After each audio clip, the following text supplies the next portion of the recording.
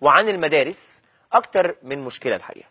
أول مشكلة كانت عن إن في مدارس هناك وتحديدا في الجوهرية في محافظة الغربية في زلزال سنة 92 تم ترميم هذه المدرسة قرية محلة مرحوم التابعة لمركز طنطا. هم بيطالبوا بسرعة إنشاء مجمع جديد للمدارس في المنطقة بدلا من المبنى القديم لمدرسة عبد العزيز جويش الإعدادية. تم هدمه بقى سنة 92، تم ترميمه، بعدها صدر قرار بالإزالة من سنة 98، ومنذ ذلك الحين لا مدارس ولكن المبنى موجود. هنشوف المبنى دلوقتي، مبنى بيتعرض للانهيار، الناس ما بقتش تروحه، ما بقاش فيه مدرسة، الناس بقت تضطر تروح 2 كيلو و3 كيلو عشان يودوا أبنائهم للمدارس. نشوف المشكلة دي في محافظة الغربية ونرجع نشوف رد المسؤولين هناك سواء من الوزارة أو من المحافظة. تابعونا.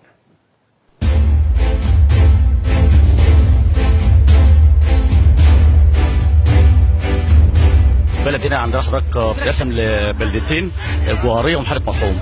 كان الاول هنا في الجوهريه هنا مدرسه الجويش والعمل مجمع كبير. المساحه الكليه للمدرستين 24 قيراط يعني فدان وحوالي 8 اسهم.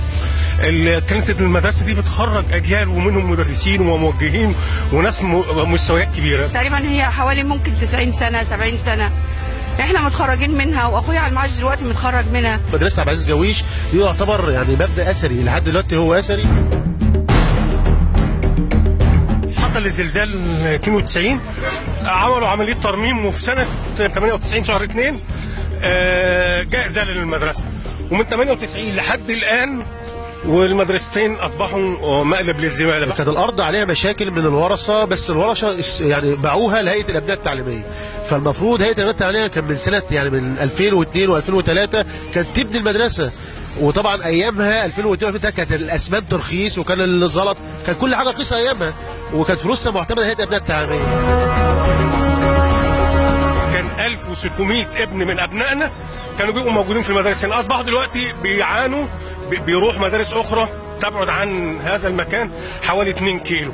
بالنسبه لمدرسه الجوهريه اللي هي هنا في الجوهريه حاليا دلوقتي مدرسه 6 فصول، مدرسه 6 فصول، كثافه الفصل فيها الواحد حوالي 70 طالب، حوالي 70 طالب وبدون حوش. يعني انت حضرتك لو بصيت كده اهو ان حضرتك 50 متر هتلاقي ان المدرسه هنا دلوقتي ديت من غير حوش. المشكله انا لما جيت اقدم لبناتي يعني غير ادميه بصراحه، غير ادميه ان الطلبه يقعدوا هنا.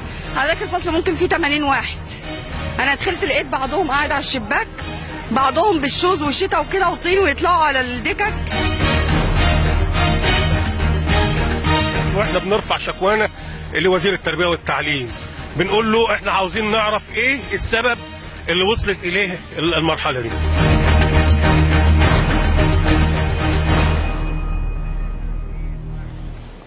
طيب تابعنا المشهد في محافظة الغربية وتحديدا في مركز طنطا وتحديدا في قرية محلة مرحوم. شكل المدارس عامل ازاي؟ شكل غير آدمي اطلاقا لاستقبال طلاب، حتى وان كان الامر مش مجرد قمامة منتشرة حول المدارس، ولكن المدارس نفسها شكلها عامل ازاي من سنة 92 ولحد دلوقتي، وبدون اي قرار لتهيئة المدارس او جعلها قابلة لاستقبال الطلاب اللي من 90 سنة تقريبا أهاليهم كانوا موجودين في نفس المدرسة. تواصلنا مع وزارة التربية والتعليم هناك، وتحديدا مع الدكتورة أو الأستاذة فريدة مجاهد وكيلة وزارة التربية والتعليم. قالت لنا إن هي هتوضح الأمور، ولكن دلوقتي حالا ما بتردش على التليفون عشان لازم نقول كل مسؤول بيرد أو ما بيردش أو بيعمل إيه أو إيه دوره في المسؤولية عشان يحاول يحل الشكاوى. ما بتردش على التليفون، فممكن إن هي تكون ما عندهاش رد ربما، ولكن الأمر ده بيتوجه بالكامل إلى محافظ الغربية وإلى وزير التربية والتعليم.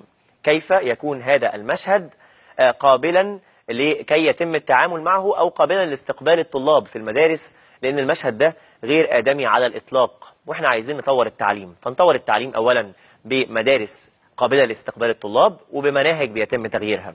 تواصلنا أيضا مع المتحدث باسم وزارة التربية والتعليم ولم يجب على التليفون، الأستاذ بشير حسن. خلينا نرحب بدفيا علاء من المحلة، يبدو ان هو هيقول حاجة بخصوص نفس الامر. استاذ علاء اهلا بيك.